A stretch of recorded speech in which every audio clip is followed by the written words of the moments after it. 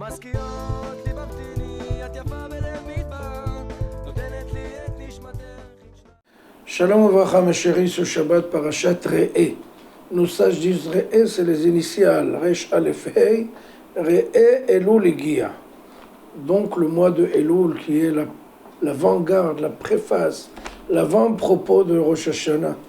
Donc on a 40 jours pour se réveiller, pour commencer à faire les selihot à la synagogue, pour commencer en fait à prier, à implorer à Kadosh Baruch Hu pour qu'il nous donne une année, Be'ezrat Hashem, meilleure que celle-ci, qu'on a déjà traversée, malheureusement une année très difficile, et on ne voit pas encore la fin, malheureusement.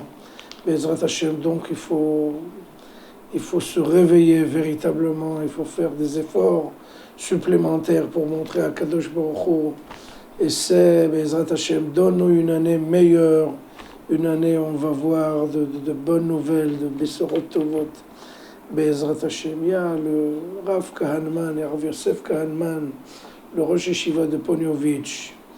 C'était une sommité de Torah. On lui a dit, pourquoi nos ancêtres, quand ils écoutaient la déclaration du mois de Elul, ils étaient complètement, ils s'évanouissaient, ils tombaient, ils s'ébranlaient complètement. Et nous, on entend Elul, bon, ouais, c'est encore un autre mois comme un autre. Et malheureusement, il a donné un très bel exemple. Il a dit, ça ressemble à quoi? Les générations d'avant et notre génération. Il a dit, quelqu'un qui a entendu que son ami est gravement malade. Il a été le voir. Et la maison de cet ami-là, il y avait 3 chambres. La première chambre, un patio, une salle d'attente et la chambre du malade.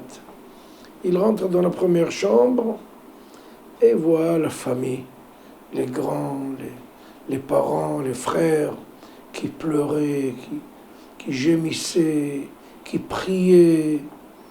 Et ils étaient très très inquiets à l'égard de leur malade, malheureusement. Il rentre à la prochaine chambre, il voit des jeunes, 15 ans, 16 ans, ils étaient un peu soucieux, mais bon, c'était pas les grands pleurs et les grands repentirs. Il arrive dans la chambre où se trouve le malade, des petits enfants comme 3, 4, 5 ans, qui jouaient, ils s'éclataient, ils mangeaient des bonbons, des friandises. Il leur a dit, mais qu'est-ce que vous faites ici? Vous n'avez pas peur de ce qui se passe? Les enfants, non, tous les visiteurs qui viennent le voir, ils nous apportent des bonbons, ils nous apportent des bêtises, et on mange, et on s'éclate.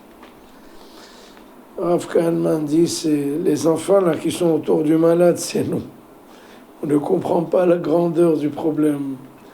Donc, on mange une pomme avec du miel, et toutes sortes de petits trucs. Il dit, mais c'est pas suffisant. Si tu ne sais pas quelles sont la signification du mois de Elul, tu es comme cet enfant qui mange encore des friandises. Et il faut complètement s'effrayer, c'est parce que on ne sait pas ce qui va advenir, tout ça. Là, avec cette guerre, avec Chas v'Shalom, tout ce qui se passe dans le monde.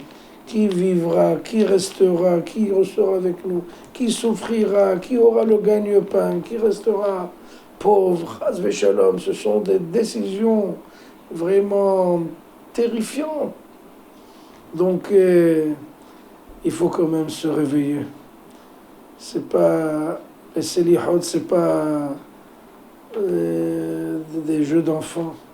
C'est quelque chose de très très important qui va véritablement décider quelle est notre destinée, quelle sera notre mazel pour l'année prochaine. Donc il faut non seulement se réveiller pour les slichot, mais se réveiller intérieurement et faire vraiment le point, et c'est une prise de conscience, Be'ezrat Hashem, pour avoir une meilleure année, Be'ezrat Hashem, Shana Tova,